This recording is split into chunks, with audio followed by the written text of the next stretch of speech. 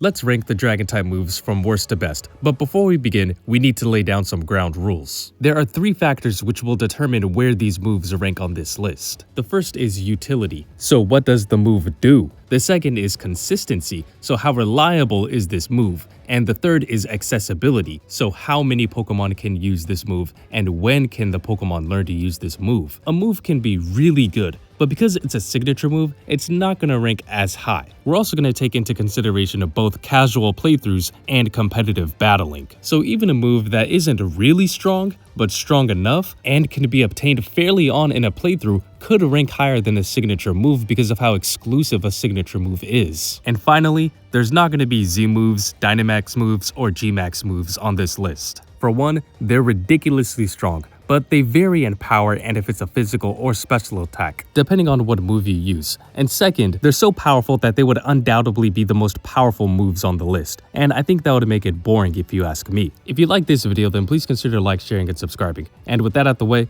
let's begin. Number 27. Dragon Rage. Not only is Dragon Rage the first Dragon-type move in the series, but it's also the worst. It deals set damage, so it's always going to take away 40 HP of the target's health. Never more, never less. The only time this move is going to be useful is early on in the game. By the time you reach the second gym, I don't think it serves that much of a purpose. Number 26. Twister.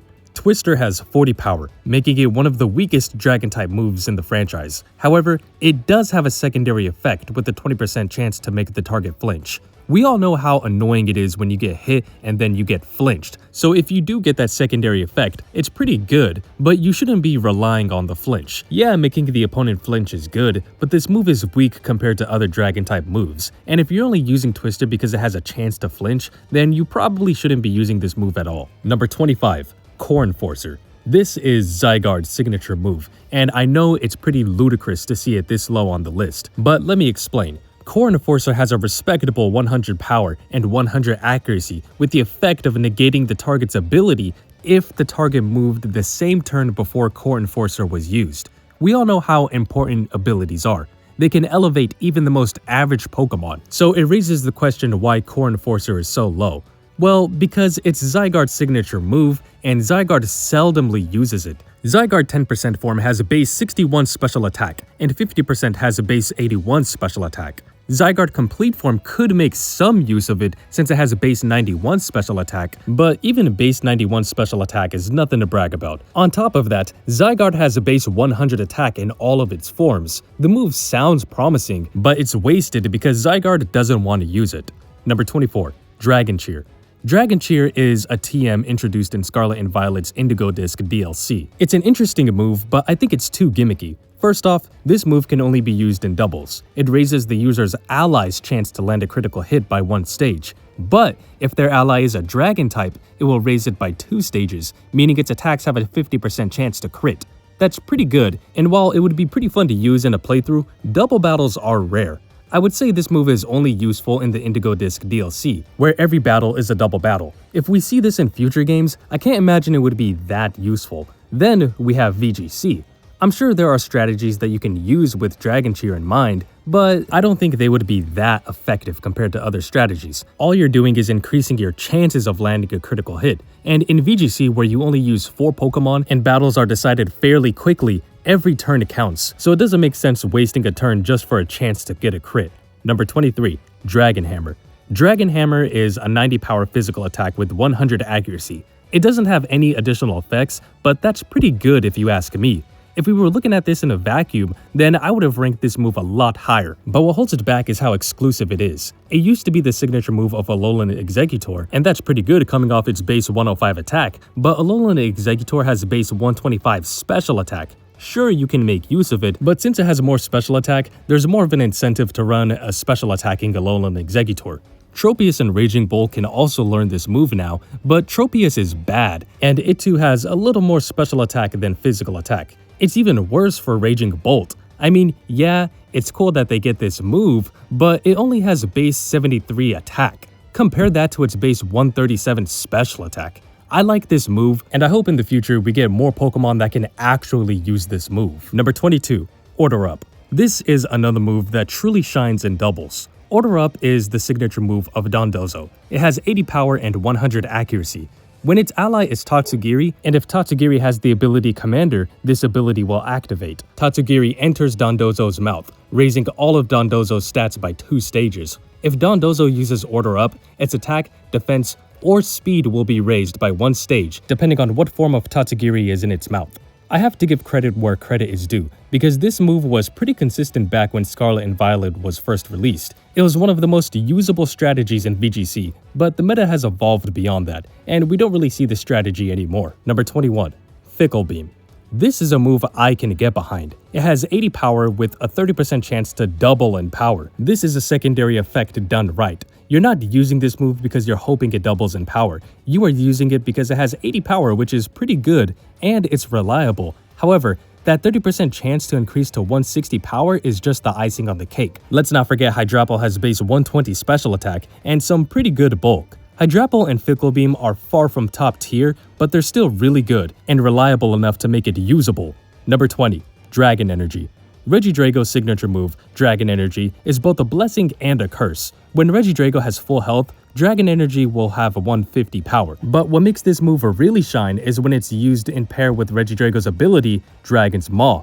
All of its Dragon-type attacks will be powered up by 50%. Now pair that with Stab, making this move twice as powerful.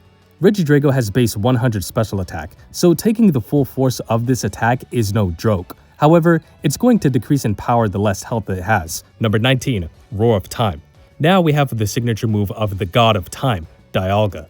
This is a 150 power move with 90 accuracy, and if it connects, the user has to spend the next turn recharging. It's Dragon-type Hyper Beam, and it's one of the most powerful Dragon-type moves, especially coming off of Dialga's insane base 150 special attack. But having to wait the next turn is a really big drawback. Don't get me wrong, it's one of the hardest hitting Dragon-type attacks in the game, so coming off of this is going to hit extremely hard, but giving your opponent a turn to set up or attack is a major drawback. Number 18. Eterna Beam.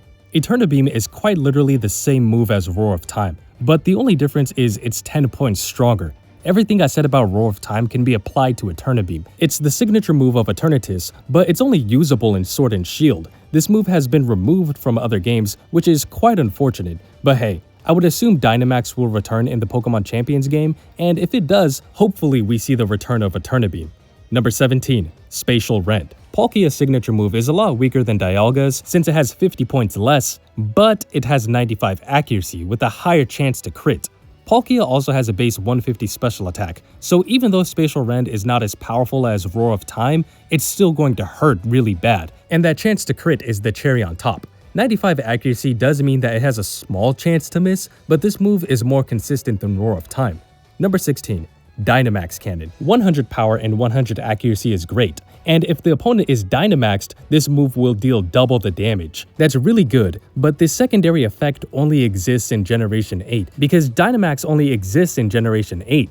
But still, even then, without this added effect, Dynamax Cannon is nothing to brush off. Coming off of Eternatus's base 145 special attack, it's very powerful. Number 15. Clanging Scales. This is Kommo-o's signature move, and I know it's pretty wild that I'm putting its signature move over Pokemon like Dialga, Palkia, and Eternatus' signature moves, but the reason I'm putting it above them is because you don't typically get them until you beat the game. Kommo-o may be a late game Pokemon, but that's better than post game, and it's not a restricted Pokemon in VGC, nor is it in the Uber tier. Clanging Scales is a lot like Close Combat. We all know how good Close Combat is. Even though it lowers your defense and special defense, it's a hard-hitting move that has made it one of the best fighting-type moves in the game. Clanging Scales is essentially a special attacking dragon-type variant of Close Combat, but it only lowers your defense. Kommo-o's defense is actually really good, so it can risk using this move 2 or 3 times before its defense is severely weakened. Number 14. Clangorous Soul.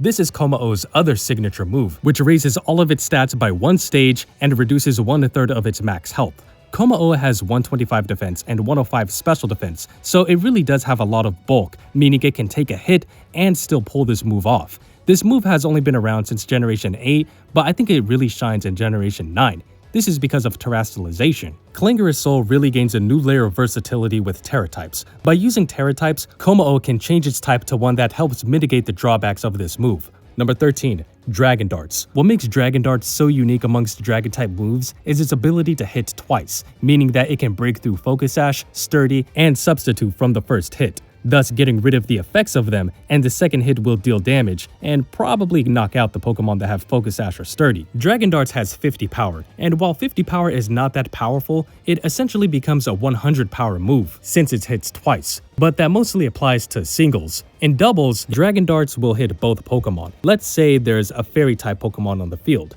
Dragon Darts will take that into account, so instead of targeting both Pokemon, both hits will hit the non-Fairy type Pokemon. Number 12. Glaive Rush. And now we have the last signature move on this list. And I want you to understand how ridiculously powerful Glaive Rush is. This is Baxcalibur's signature move, which has 120 power and 100 accuracy. Keep in mind that Baxcalibur has a base of 145 attack stat, and it's such a good Pokemon that it's in the Ubers tier. Baxcalibur is so good that it's able to rival box art legendary Pokemon. It does have one drawback though, and that drawback is that if it uses this move and it is hit before it can use another move, Baxcalibur will receive double the damage. Baxcalibur isn't too fast, so the odds of it getting hit after it uses Glaive Rush is very likely. However, this can be mitigated through speed control, and if you really want to use a cheese strategy, then you can give it Protect, which helps offset Glaive Rush's weakness. Number 11. Dragon Breath. I know it's wild that I'm putting Dragon Breath over those signature moves, but unlike those signature moves, Dragon Breath is widely accessible and it's not half bad. It only has 60 power, but remember, I'm looking at this from multiple angles. I'm not just looking at the power of these moves or their secondary effects. I'm looking at everything as a whole. But like I said, 60 power isn't anything too strong, but it's strong enough to get the job done once a Pokemon has had its health chipped away. It also has a 30% chance to inflict paralysis. We all know how crucial speed control is, so being able to attack relatively hard, cripple the opponent's speed, and have a chance to prevent them from moving is enough to give this move some leeway. Number 10.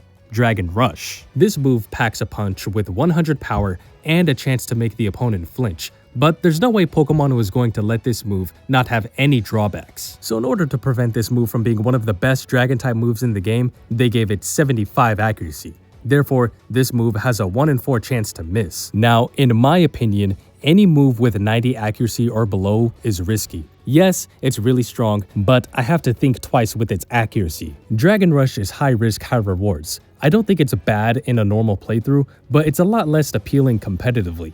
Competitive battling is far more brutal than casual battling, so a 25% chance to miss can be game-changing. Yes, it's really strong and that chance to flinch is really good, but it's too much of a burden, so I'd rather run alternative physical dragon-type attacks. Number 9. Breaking Swipe.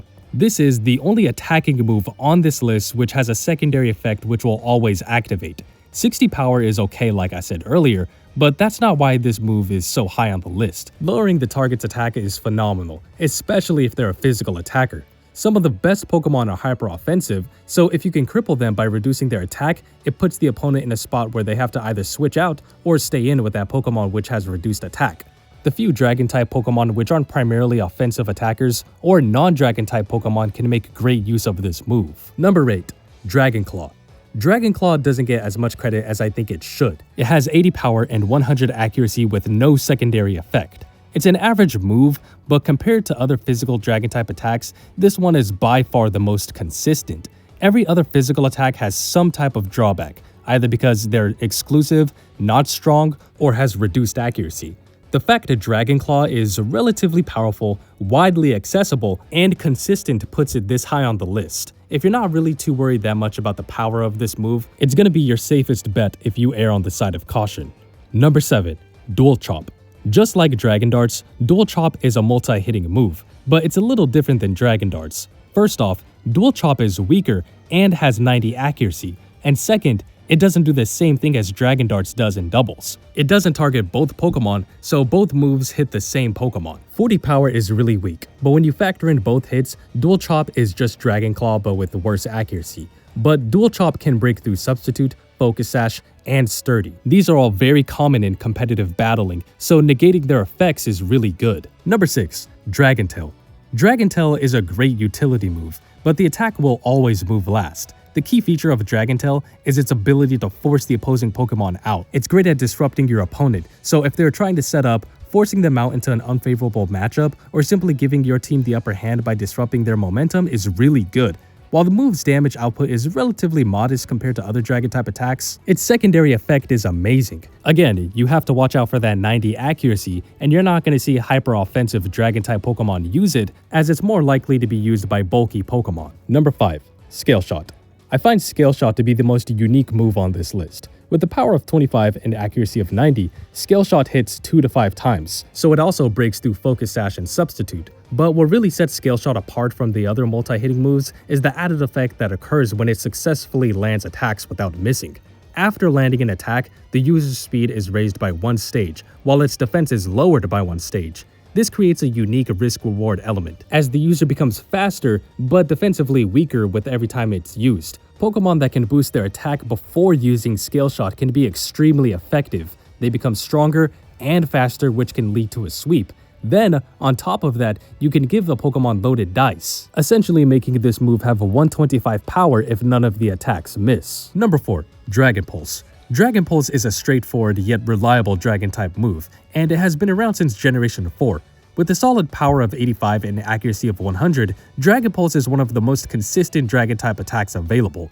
It doesn't have any secondary effect, but it does provide a dependable damage. Dragon Pulse is essentially the special attacking counterpart to Dragon Claw. So why is it that Dragon Pulse is 4 spots higher than Dragon Claw? It boils down to the fact there are few widely distributed special attacking Dragon-type moves. Excluding signature moves, you only have 3 choices when it comes to special attacking Dragon-type attacks, which all scale differently in power. Compare that to the physical Dragon-type attacks, which there are 4 of. Dual Chop and Scale Shot have less power than Dragon Claw, but when you take into account that they are multi-hitting moves, they can hit either around the same power as Dragon Claw or even stronger.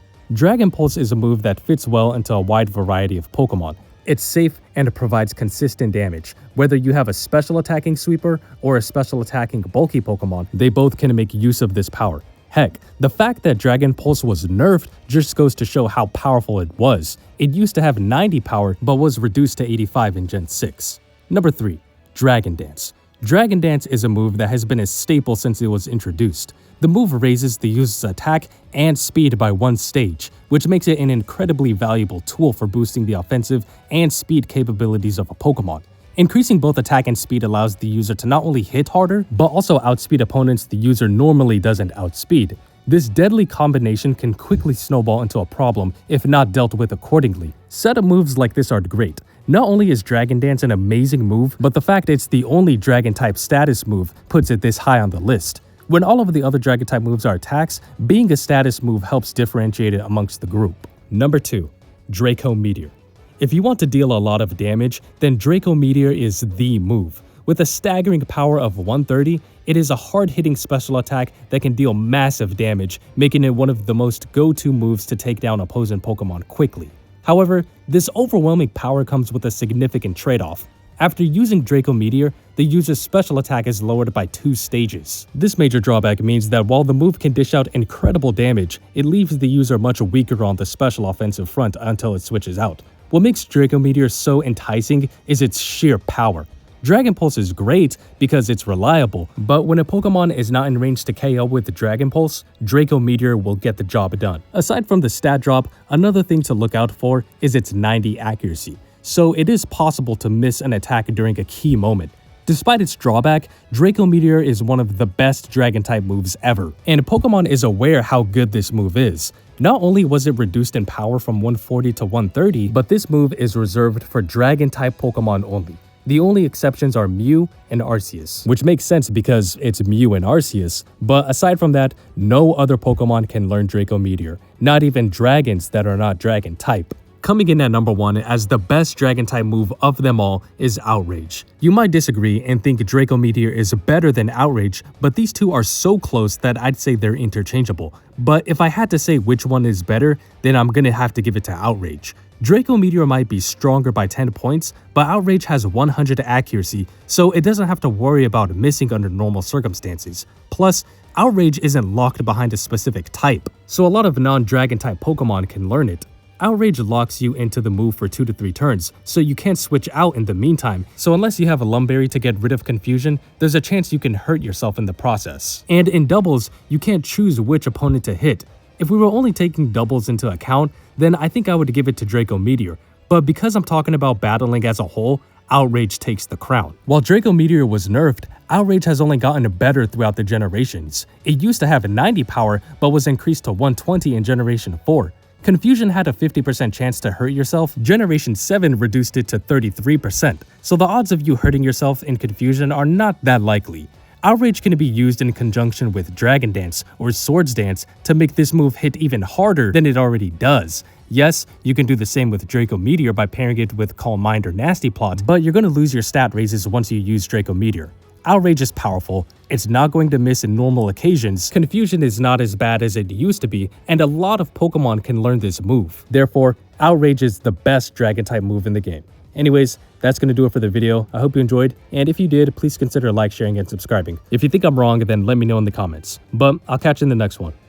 Later.